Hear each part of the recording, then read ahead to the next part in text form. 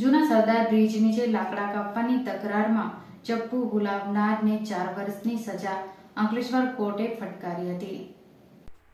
બનાવની વિગતો અનુસાર ગત 16મી જૂન 2022ના રોજ અંકલેશ્વરના ત્યાં જ રહેતા શંકર શુક્લ વસાવા અને નરેશ વસાવા વચ્ચે લાકડા કાપવાના મુદ્દે તકરાર થઈ હતી. જેમાં નરેશ વસાવાએ શંકર વસાવાને પેટ તેમજ હાથના ભાગે ચપ્પુના ઘા કરી દીધા હતા. જેમાં ગંભીર રીતે ઘવાયેલા શંકર વસાવાને સારવાર અર્થ ખસેડવામાં આવ્યા હતા. જ્યારે ઘટના અંગે અંકલેશ્વર શહેર પોલીસ મથકે ફરિયાદ નોંધાવતા પોલીસ નરેશ વસાવાની ધરપકડ કરી હતી તેમજ સંયોગિક પુરાવા એકત્ર કરી કોર્ટમાં ચાર્જશીટ રજૂ કરી હતી. સમગ્ર case Ankleshwar principal senior civil જજ અને એડિશનલ ચીફ જ્યુડિશિયલ મેજિસ્ટ્રેટ કે.એચ. દોહરેની કોર્ટમાં ચાલી ગઈ હતી. જ્યાં સરકાર તરફે વકીલ એચ.કે. બ્રહ્મભટ્ટા દ્વારા કોર્ટમાં 39 જેટલા સંયોગિક લેખિત તેમજ મૌખિક પુરાવા અને શાહેદો રજૂ કર્યા હતા તેમજ હાઈકોર્ટના 3 જજમેન્ટ તાકી દલીલો કરી હતી.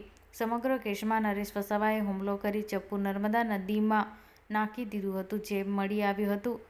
છતાં કોર્ટમાં આ મુદ્દે વિવિધ કેસ શીટ અને રિપોર્ટના જરૂરી પુરાવાના દલીલો આધારે કોર્ટ દ્વારા આઈપીસી 326માં આરોપી નરેશ વસાવાને કસૂરવાર ઠેરવી 4 વર્ષની સખ્ત કેદની સજા અને 10,000 રૂપિયાનો દંડ ફટકાર્યો હતો. જો દંડ ના ભરે તો 3 માસની વધુ કેદની સજા તેમજ દંડની રકમમાંથી 5,000 રૂપિયા ફરિયાદ પક્ષને ચૂકવવામાં હુકમ કર્યો હતો.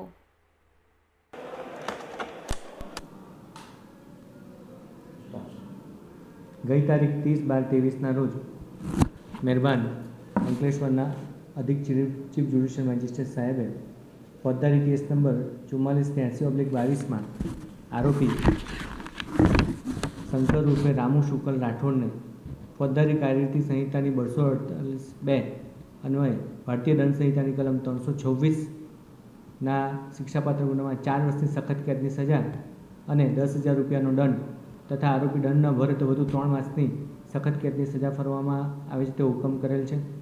CRPC કલમ 357 અન્વયે આરોપીને ફરમાવેલ દંડની રકમમાંથી ફરિયાદીને વળતર પેટે ₹5,000 ચૂકવી આપવાનો હુકમ કરવામાં આવેલ છે. તેમજ ફોજદારી રીતિ કાર્યરીતિ અધિનિયમની કલમ 428 અન્વયે આ કામના આરોપી શંકર ઉર્ફે રામુ શુકલ રાઠોડને જે જ્યુડિશિયલ કસ્ટડીમાં કાઢેલ સમય મજરે આપવાનો પણ હુકમ કરવામાં આવેલ છે. સદર કેસની ટૂંકી વિગત એવી હતી કે ફરિયાદી નરેશ વસાવા નાઓ ટીનુબેનના લાકડા કાપવાની મજૂરી કામ કરતા હોય તે દરમિયાન આરોપી અગાઉ ફરિયાદીને ટીનુબેનનું કામ નહીં કરવા જણાવેલ. તેમ છતાં ફરિયાદીએ ટીનુબેનનું કામ કરવાનું ચાલુ રાખતા આરોપીએ ફરિયાદીને મારી નાખવાની ધમકી આપેલ. ત્યારબાદ પણ ફરિયાદી ટીનુબેનના લાકડા કાપતો હોય અને તારીખ 16/6/22ના રોજ કલાક 11 થી 12ની વચ્ચે ફરિયાદી સાહેબ ટીનુબેનના લાકડા કાપી પરત આવતા હતા ત્યારે આરોપીએ ઉપરોક્ત બનાવ નિર્દેશ રાખી ફરિયાદીને જાનથી મારી નાખવાના ઈરાદે ચપ્પુના 2 ઘા પેટના ભાગે અને 1 ઘા જમણા હાથે મારી ગંભીર ઇજાઓ પહોંચાડી મહેરબાન જિલ્લા મેજિસ્ટ્રેટ સાહેબના જાહેરનામાનો ભંગ કરી ઇપીકો કલમ 326, 506(2) તથા જીપી એક્ટની કલમ 135 મુજબનો ગુનો કરેલ. તે સંબંધી ફરિયાદીએ આરોપી વિરુદ્ધ અંકલેશ્વર શહેર પોલીસ સ્ટેશનમાં 1155/22થી ફરિયાદ આપતા તકો અમલદારે તેની તપાસ કરી પૂરતો પુરાવો હોય ચાર્જશીટ કરેલ.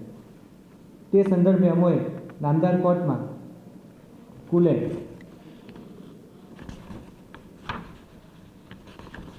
39 જેટલા લેખિત મૌખિક પુરાવાઓ રજૂ કરતા તેમજ નામદાર સુપ્રીમ કોર્ટના 3 ચુકાદાઓ ફરિયાદ પક્ષે રજૂ કરવામાં આવેલ. જેમાં મુખ્યત્વે જે હથિયારો ચપ્પુ એ આરોપીએ નદીમાં ફેંકી દીધેલ જેને કારણે એ હથિયાર મળી ન આવેલ. તેમ છતાં પણ નામદાર સુપ્રીમ કોર્ટે સ્થાપિત કરેલા સિદ્ધાંતો મુજબ કે જ્યારે હથિયાર મળી ન આવે પરંતુ મૌખિક પુરાવા અને લેખિત પુરાવાથી સાબિત થતું હોય કે આરોપીએ જ આ ગુનો કરેલ છે તો હથિયાર ન હોવા માત્રથી પણ ફરિયાદ પક્ષના કેસને કોઈ વિપરીત અસર થતી નથી તેવું નામદાર હાલની કોર્ટે પણ ઠરાવેલ છે. અને એ તમામ ચુકાદાઓ ધ્યાને રાખી નામદાર કોર્ટે આરોપીને 4 વર્ષની સખત કેદની સજા ફરમાવેલ છે.